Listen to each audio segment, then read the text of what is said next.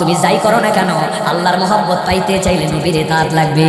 আপনার আমার জীবনে চলায় বলায় আচরণে, আমাদের দুনিয়াবি জিন্দেগিতে, আমাদের শাসনে, আমাদের পরিবারে, আমাদের সবখানে যদি নবীর তরিকা না থাকে তাহলে আপনি আর আল্লাহর পছন্দনীয় হতে পারেন নাই। আর আল্লাহর পছন্দনীয় না হতে পারলে আপনি আল্লাহর কাছে জালেম। ঠিক না? যারা ঠিক বলছেন আওয়াজ দিয়ে। ওই যে মুরব্বী চাচা আপনার মুখে দাড়ি করে 60 বছরের উপরে তো আপনার বয়স। মুরব্বী বলছে বাবা আর বলো না, রাখতে তো চাই কিন্তু তোমার চাচি লাইক করে না। কি মুখের মধ্যে দাড়ি তুলছো, বুড়া বুড়া দেখা যায়, অথচ মুরব্বীর বয়স 61, বুড়াই তো। কিন্তু তারপরে উনি দাড়ি রাখতে পারেন। তোমার মুখে দাড়ি নাই কেন? আমার স্নেহের ভাই বলে হুজুর আমি বিয়ে করি নাই তো। বিয়ের কথাবার্তা চলতেছে, যেই বাড়ির কথাবার্তা ওই মেয়ে আগেই বলছে হুজুর হুজুর চলবে না। দাড়ি রাখলে হুজুর বলে আসে না? আমি আপনার কাছে বলে দিতে চাই, বিয়ের আগে কোনো মেয়ে যদি বলে দাড়িওয়ালা ছেলে পছন্দ নয়, একজন মুসলিম পার্সোনালিটিওয়ালা ছেলের দায়িত্ব হচ্ছে ওই মহিলাকে অ্যাভয়েড করা, ওই মেয়েকে বিয়ে করা যায় না। আল্লাহ বলে দিয়েছেন নবীর ব্যাপারে ভালো করে বোঝেন, মাসালা বোঝেন।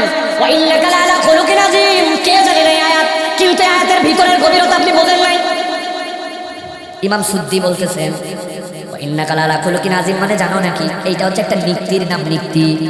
আপনার ওজন আছে, একটা বাটকারা আছে না? বাটকারা নওগাঁর ভাষায় বলছি, তাও কথা বলেন না। বাটকারা চেনেন না? মিজান বোঝেন না?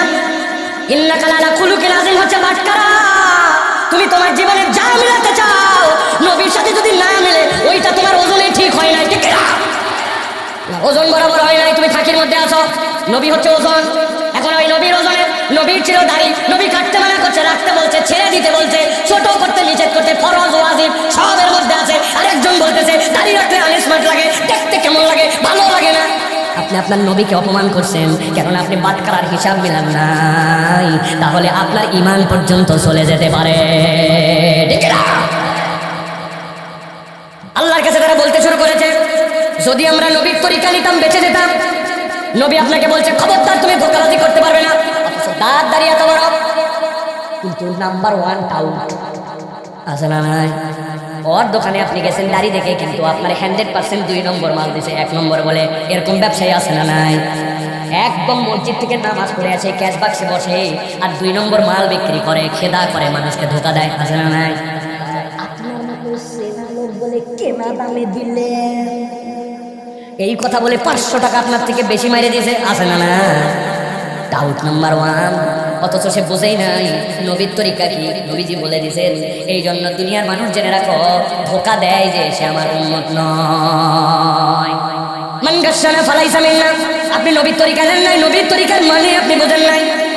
এই মহিলা, আপনি 30 রমজান পর্যন্ত নবীর তরিকায় ছিলেন, বাপ রে বাপ হিজাব, বাপ রে বাপ পর্দা, কিন্তু ঈদের দিন আপনার পোশাক কোথায়? ওই দিন আপনি 3 পিস।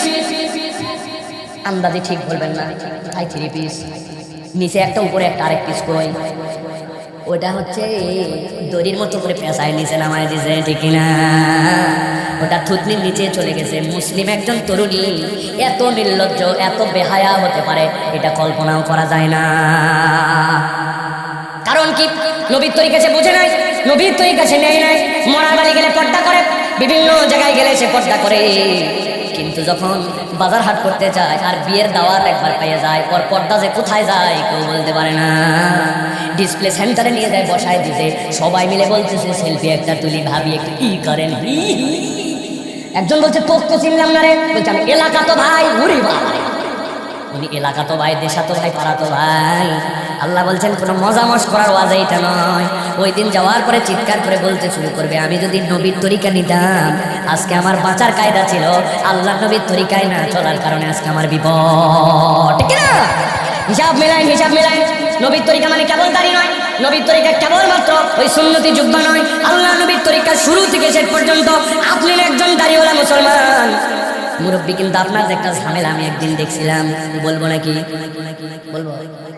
নওগাঁর আম একটা রোগ বলবো, যদি রাগ না করেন তাহলে বলি ভাই। সকালবেলা খাদের মধ্যে কোদাল নিয়ে রওনা হয়েছে।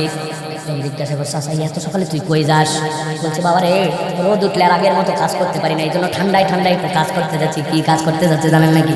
আপনার জমির সাথে যার জমি লাগানো, এই ফসল ওঠার পরে নতুন হাল দেওয়ার আগে একটুখানি আল কাটা লাগে, ওই পারের লোক এখন আল কাটা পারে না।